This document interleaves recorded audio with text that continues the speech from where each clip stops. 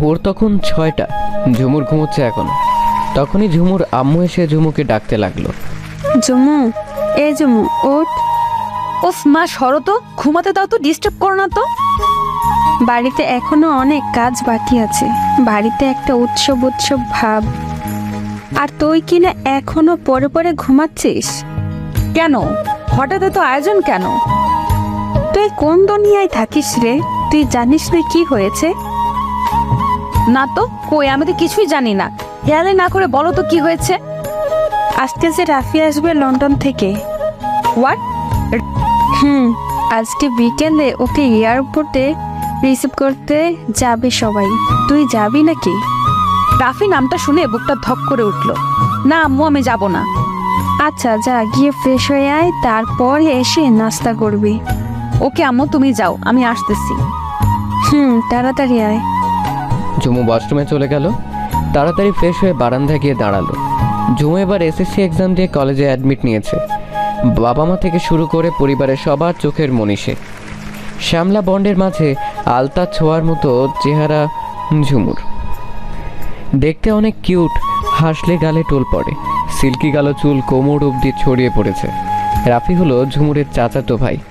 ঝুমুরের বাবা, রাফির বাবা সহ তারা 4 ভাই আর 2 বোন। বোনরা তাদের শ্বশুর বাড়িতে থাকে। ঝুমুরদের যৌথ ফ্যামিলি। ওর বাবা চাচারা একসাথে থাকে। রাফির বাবা সবার বড় আরিফুল চৌধুরী, তার 2 ছেলে মেয়ে রাফি আর নীলা। ঝুমুরের বাবা আশরাফ চৌধুরী, তার ছেলে তুষার আর ছোট মেয়ে ঝুমুর। ঝুমুরের সেজো চাচা আহতাব চৌধুরী, তার 2 মেয়ে রিয়া আর ঈশিতা। ঝুমুরের ছোট চাচার 2 মেয়ে মিলি আর জিনিয়া। বারান্দায় দাঁড়িয়ে ঝুমুর রাফির কথা চিন্তা করতে লাগলো। রাফির সাথেও সব থেকে ভালো সম্পর্ক ছিল। একজনকে ছাড়া আরেকজন চলতেই পারতো না। ঝুমুর থেকে অনেকটা বড় হলেও রাফি ঝুমুর মতো আরও কারোর সাথে অতটা ফ্রি থাকতো না। খুবই ভালোবাসতো একে অপরকে। কিন্তু একদিন রাফির সাথে ঝুমুরের মাঝে কথা কাটাকাটি হয় আর তাদের মাঝে দ্বন্দ্ব লেগে যায়। আর তার জন্য ঝুমুর রাফির সব থেকে প্রিয় শোপিস ভেঙে ফেলেছিল রাগের মাথায়। আর তাতে রাফিও ঝুমুরকে কয়েকটা থাপ্পড় মেরে বসেছিল।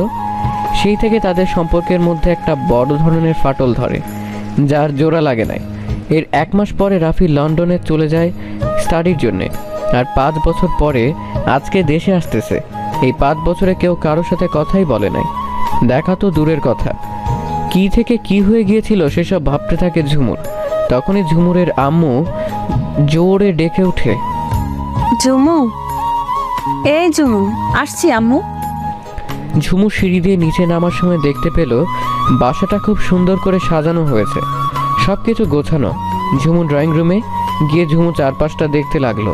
তারপরে রান্নাঘরে গিয়ে দেখে ওর আম্মু আর ওর চাচিরা রান্না করতেছে। এ যেন এলাহি আয়োজন। কিরে পাখি, ঘুম ভাঙলো তোর? হ্যাঁ বড় আম্মু, তা এত রান্না কেন? কাকে খাওয়াবে? জানিস না আজকে এতগুলো বছর পরে আমার ছেলেটা দেশে আসছে, তাই ওর পছন্দের খাবার রান্না করে রাখছি।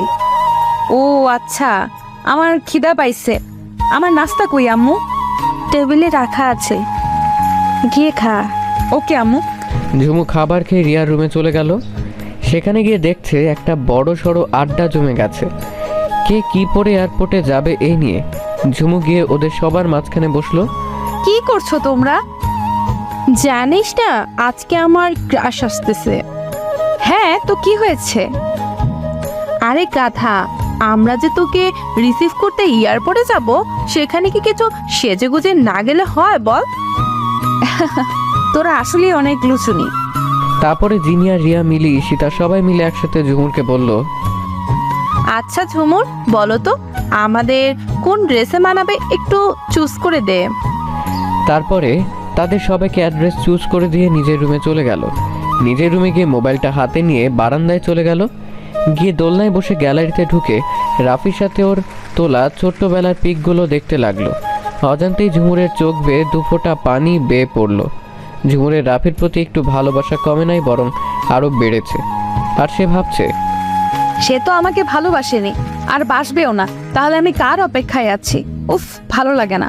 দুপুর গড়িয়ে বিকেল হয়ে গেল। ঝুমুরের আম্মু, রাফির আম্মু আর ওর চাচিরাও ঝুমু বাদে সবাই এয়ারপোর্টে চলে গেল। ঝুমু এই সুযোগে গোসল করতে চলে গেল। গোসল করা শেষে হালকা গোলাপি রঙের একটা জর্জেটের কামিজ পরল সে। কালোটা রাফির খুব প্রিয় ছিল। ভেজা চুলগুলো ছেড়ে দিয়েছে আর সেগুলো কোমর অবধি বয়ে গেছে। অসম্ভব সুন্দর লাগছে ঝুমুরকে। চোখে হালকা কাজল, ঠোঁটে হালকা গোলাপি লিপস্টিক, কোনো অংশে কম লাগছে না ঝুমুরকে। আজকে কেন জানি ঝুমুরের সাজতে খুব ভালো লাগছে। ঝুমুর সাজুগুজু সেরে নিচে চলে গেল। ঝুমুরকে ওর বড় আম্মু দেখে হা হয়ে গেল। আমার পাখিকে তো আজকে অনেক সুন্দর লাগছে। কি যে বলো না তুমি। আমার পাখির উপরে যেন কারো নজর না লাগে। থ্যাংক ইউ বড় আম্মু। ঠিক তখনই কলিং বেল বেজে উঠলো। যাতো পাখি, ডাকে এসেছে। আচ্ছা যাচ্ছি।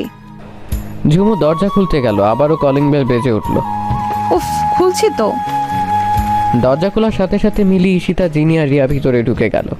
বাকিরে তাকাতেই ঝুমু দেখে যে বাকিরাও গাড়ি থেকে এক এক করে নামছে। সবশেষে একটা ইয়াং ছেলে বের হলো, একদম ড্যাশিং বয়, একদম ক্রাশ খাওয়ার মতো। ঝুমু দরজার একপাশে দাঁড়িয়ে ছেলেটাকে লক্ষ্য করছে, আর ছেলেটার কেউ না, রাফি। গাড়ি থেকে নামতেই চোখ গেল বাড়ির সদর দরজার দিকে, আর সেখানেই চোখটা আটকে গেল। আর তার সাথে চোখ থেকে সানগ্লাসটাও নামিয়ে নিলাম। ছেলেটার চোখের দিকে তাকাতেই চিনে ফেললাম যে এ তো আর কেউ না, রাফি। অনেকটা পরিবর্তন হয়ে গেছে। হালকা চাপদাড়ি, ফর্সা মুখ, গোলাপি ঠোঁট, সাদা শার্টের ওপরে কালো কোট, জিম করা পারফেক্ট বডি। আমি যেন তাকিয়ে আছি। এ দেখা জানি কখনো শেষ হবে না। ভালোবাসার মানুষটিকে হঠাৎ করে এইভাবে দেখতে পাবো কখনো ভাবি নাই। ও এমজি, এই মেয়ে এত সুন্দর, পুরা সাক্ষাৎ পড়ি। হ্যাঁ ম্যাম, আর গায়া। বুকে হাত দিয়ে ভিতরে চলে গেলাম, আর সিঁড়ির উপরে রেলিং ধরে সব কিছু দেখতেছি। ভিতরে ঢুকতেই রাফির আম্মু এসে রাফিকে জড়িয়ে ধরলো। বাবা, তোর আসতে কোনো সমস্যা হয় নাই তো? না আম্মু, কোনো সমস্যা নেই। এখন বলো তুমি কেমন আছো? তোকে দেখে এখন একদম ভালো আছি। তুই কেমন আছিস বল? দেখতেই তো পাচ্ছ, একদম ভালো আছি। মেজো আম্মু, সেজো আম্মু, ছোট আম্মু, তোমরা সবাই কেমন আছো? ভালো আছি বাবা, তোকে দেখে এখন আরো ভালো হয়ে গেছি। বাবা, এখন তুই রেস্ট কর, অনেক জার্নি করে এসেছিস। আম্মু, সোফায় বসতে বসতে চারদিকটা দেখতে লাগলাম। অনেক সুন্দর করে সাজানো হয়েছে পুরা বাড়িটা। মনে মনে মেয়েটাকে খুঁজতেছি। দূর কই চলে গেল, মন শুধু ওরে খুঁজতেছে। কেন জানি মেয়েটাকে অনেক চেনা চেনা লাগতেছে। তারপর সবাই এলো আড্ডা দেওয়ার জন্য। রাফি ওদের সাথে আড্ডায় মেতে গেল। রাফি লন্ডন থেকে আসার সময় সবার জন্য কিছু না কিছু গিফট নিয়ে এসেছে। সেগুলো যারটা তাকে দিল। সবাই তো সেই লেভেলের খুশি। সবাই গিফট পেল না ঝুমুর, আর সেটা কেউ খেয়ালও করলো না। এমনকি রাফিরও মনে নাই সেই কথা। আর রাফি ইচ্ছে করেই ঝুমুর জন্য কিছু আনে নাই। রাতে ডিনার করে যে যার রুমে চলে গেল। অনেকদিন পরে রাফি তার রুমে গিয়ে দেখলো তার রুমটা আগে যেমন ছিল সেরকমই আছে, একটুও চেঞ্জ হয় নাই। আর রাফির পাশের রুমটা ঝুমুরের, কিন্তু সেটা সে জানে না। অন্যদিকে আজকে ঝুমুরের নিজেকে বড্ড একা একা লাগে, কিছুই ভালো লাগতেছে না তার। তাই সে গিটারটা হাতে নিয়ে বারান্দায় চলে গেল আর দোলনায় বসে পড়লো। এই গিটারই তার মন খারাপের সঙ্গী। গিটারটা আগে রাফির